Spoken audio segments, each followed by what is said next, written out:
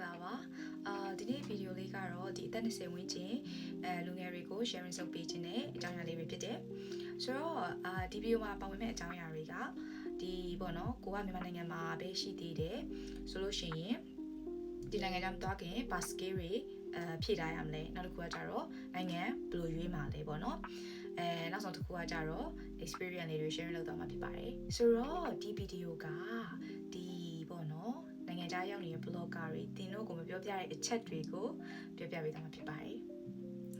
just kidding မှာစနေရပါအဲ့တော့let's start စလိုက်အောင်ပေါ့နော်ဆိုတော့ပထမအနေနဲ့ကိုကမြန်မာနိုင်ငံမှာပဲရှိသေးတယ်နိုင်ငံခြားကိုလည်းသွားဖို့အခွင့်အရေးမရှိသေးဘူးဆိုလို့ရှိရင်စိတ်တက်မကြပါနဲ့ scholarship တွေဒီ program တွေအများကြီးရှိပါတယ် scholarship program တွေအများကြီးရှိပါတယ်ဒါပေမဲ့ကိုကပေါ့နော်ဒီဘာမှဖြစ်မလာဘူးဆိုပြီးတော့ထိုင်နေလို့မရပါဘူးကိုကကြတော့အခုမှဒီ skill တွေကိုဖြည့်ရဖို့လိုရပေါ့နော်ဥပမာနိုင်ငံခြားမှာကျောင်းတက်မယ်ဆိုရင်တော့အနည်းဆုံးတော့ဘာသာစကားကိုကဖြည့်ထားမှာပေါ့နော် English ဒါမှမဟုတ်လို့ရှိရင်ကိုသွားမယ့်နိုင်ငံရဲ့ language ကိုကဖြည့်ထားပါမယ်အဲ့တော့အဲ့လိုမျိုးလုပ်ထားတယ်ဆိုလို့ရှိရင်အကယ်၍ပေါ့နော်သူတို့နိုင်ငံတွေက scholarship တွေခေါ်တဲ့အခါကြလို့ရှိရင်ကိုကရှောက်လို့ရပါတယ်အကယ်၍ဒါကိုကဒီပြော diary ကိုသာမဖြည့်ထားဘူးဆိုလို့ရှိရင်ကိုရှောက်လို့ရမှာမဟုတ်ပါဘူးဆိုတော့ဒီဟာကကြတော့ language skill နောက်တစ်ခုကကြတော့ပေါ့နော်များသောအားဖြင့်ဒီနိုင်ငံခြားကိုမသွားခင်မှာဒီလူငယ်တွေဘာ skill တွေဖြည့်ကြလဲဆိုတော့ဥပမာ bartender တို့ပြီး coffee အဲ့လိုမျိုးဟာတွေဖြည့်ကြတယ်အဲ့ဒီဟာတွေကကြတော့လေဒီမှာကြတော့ဖတ်တိုင်းကြောတွေကများသောအားဖြင့်အဲ့ဒါတွေကိုကြည့်ပြီးတော့ခေါ်တာမဟုတ်ဘူးပေါ့နော်ဖတ်တိုင်းကြောတွေကကြတော့ဒီ experience တွေကြည့်ပြီးတော့ခေါ်မယ်နောက်တစ်ခုကကြတော့ walk in ပေါ့နော်ဒီကိုဝင်သွားပြီးတော့ CV ဝေးတဲ့ဟာနောက်တစ်ခုကကြတော့ website ကနေရှောက်တဲ့ဟာအဲ့လို skill တွေကိုပတ်စံကုန်ခံပြီးတော့တက်မယ်စားဒီ computer literacy computer skill ဒီ Microsoft Excel သုံးတဲ့ဟာတွေဒီအခြေခံကတော့ပေါ့နော်ခုခေတ်လူငယ်တော်တော်များများသုံးတတ်တယ်နောက်တစ်ခုကကြတော့ဒီကိုပိုင်ပေါ့နော်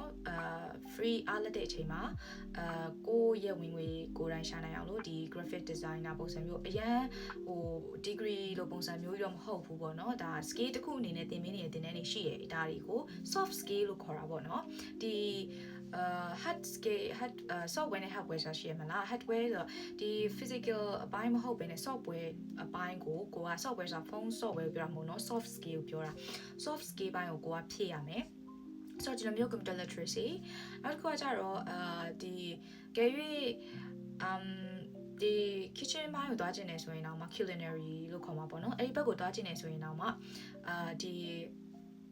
ဘယ်လိုပြောမလဲ chef အဲ့လိုမျိုးဟာတွေတက်တာကပို့ပြီးတော့အဆင်ပြေလိမ့်မယ်အနောက်တိုင်းနိုင်ငံကိုသွားမယ်ဆိုတော့ western ဟာလိုမျိုးပေါ့တချို့လဲ US မှာကြတော့ sushi ဖတ်တိုင်းနေလည်းရှိရတယ်နော်ဆိုတော့အဲ့ဒါတခုဒီ soft skill ပေါ့နော်အဓိကဖြစ်ရမယ်ဥပမာဒီနိုင်ငံတခြားနိုင်ငံကိုရောက်သွားပြီဆိုလို့ရှိရင်ပေါ့နော်တင်တန်းကြီးကလည်းပို့ပြီးတော့မြင့်နေပေါ့နော်တင်တန်းကြီးပို့ပြီးတော့မြင့်နေပြီးတော့ကိုယ့်ရဲ့ဘာသာစကားနဲ့တင်ရတာမဟုတ်တဲ့ဘာသာစကားခက်ခဲရှိတယ်အဲ့ဒီတော့ကိုတင်ချင်တာတွေရှိလို့ရှိရင်တခါတည်းပေါ့နော်ဒီမြန်မာနိုင်ငံမှာကိုနေခွင့်ရတော့ကိုတင်ဖို့အကြံပေးခြင်းတယ်နောက်တစ်ခုကကြတော့လေဒီမှာကဒါကတော့ entrepreneurship လို့ပေါ့နော်အကြံတစ်ခုပေးလိုက်မယ်ဒီပေါ့နော်အခုဆိုလို့ရှိရင်နိုင်ငံတော်တော်များများမှာမြန်မာတွေရောက်နေပြီဆိုတော့ကိုက entrepreneurship အနေနဲ့ဘာလုပ်လို့ရလဲဆိုတာကိုပြောပြမယ်ဘာလုပ်လို့ရလဲဆိုလို့ရှိရင်ကိုကဆက်ချုပ်တင်ထားလို့ရတယ်ဒီကိုရောက်မှဆက်ချုပ်ဆက်ဝယ်ပြီးတော့ဆက်ချုပ်လို့ရတယ်ပေါ့နော်ဒါကကြတော့ဖတ်တိုင်းအနေနဲ့အပေါ်ဝင်အနေနဲ့ပြောတာနော်ဒီဆက်ချုပ်စားရမယ်လို့ပြောတာလို့မဆိုလို့ကိုက entrepreneurship လုပ်ရှင်ရင်ဘယ်လိုမျိုးလဲဆိုလို့ရှိရင်ဒီမှာဆိုရင်သူ graduation တွေဒါမှမဟုတ်လို့ရှိရင်ဒီ occasionally ပေါ့နော်ပွဲတွေရှဲခါကြရင်သူကမြန်မာဝတ်စုံဝတ်ချင်ကြရတယ်ပေါ့နော်ဒါပေမဲ့သူ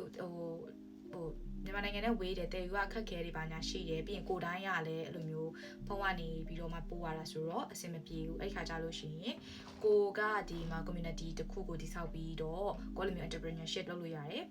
ဒါကတော့ bonus အနေနဲ့ပြောတာပေါ့နော်ဆိုတော့ဒါ soft skill ပိုင်းဒီဟာလေးဒီဆက်ချုပ်တာဆိုတာလေ soft skill ပဲလေနော်ဆိုတော့ language တွေပြီးရင် soft skill တွေအဲ့ဟာတွေကိုသင်ပါအဓိကမလိုတဲ့ဟာတွေကို line မတက်ပါနဲ့ပြီးတော့ကိုအဓိကစိတ်ဝင်စားတဲ့ဟာကိုတကယ်လုပ်နိုင်တဲ့ဟာကိုပဲတက်ပါပေါ့နော်အဲ့လိုမှမဟုတ်လို့ရှိရင်တော့အချိန်ကုန်နဲ့လူပန်းနဲ့ငွေကုန်ပါတယ်ဒါကဒီ skill ဖြည့်ရမယ့်ဟာတွေပြီးသွားပြီ ဆိုတော့နောက်တစ်ခုကကြတော့လေနိုင်ငံ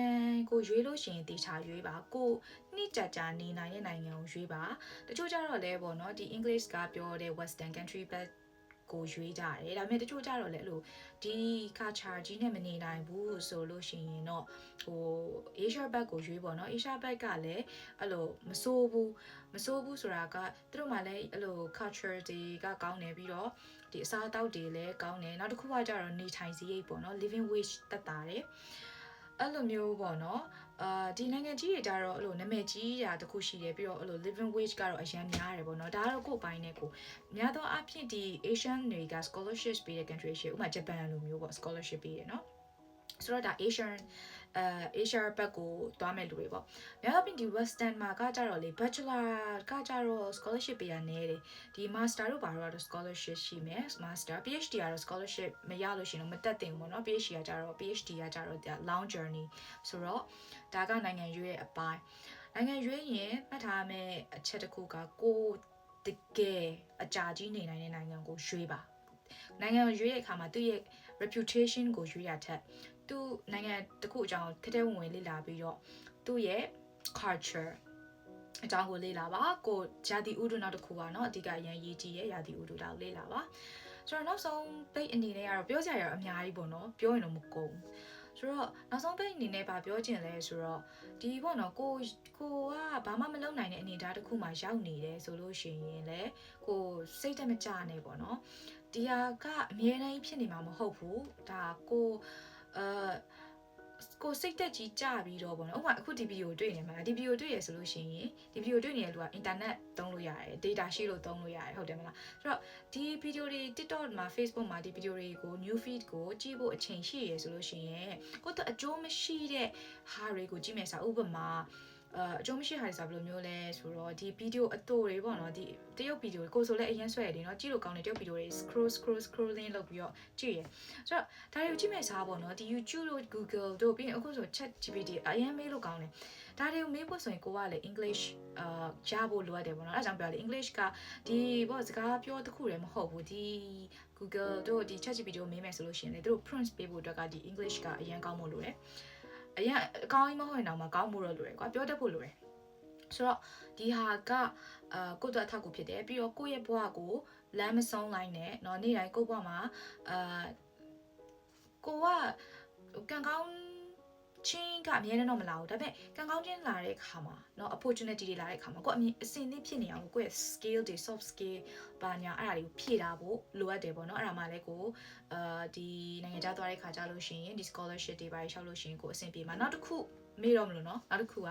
volunteer များများလုပ်ပါ experience ကိုများများရှာပါကိုယ့်နိုင်ငံမှာရှာလို့ရတော့ရှာပါကိုယ့်ရဲ့ fee နဲ့ပတ်သက်တဲ့ဟာတွေပတ်စံရသည်ဖြစ်စေမရသည်ဖြစ်စေ experience ကအရေးကြီးပါတယ်အလုပ်လျှောက်တဲ့အခါမှာ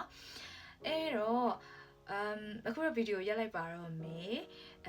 ဒီလောက်ပဲပေါ့နော်ဒီလောက်ပါပဲအခုကတော့ဒီလောက်ပါပဲနောက်နေ့တွေမှာလည်းအများကြီးထပ်ပြောသွားချင်ပါတယ်နောက်ပေါ့နော်ဒီ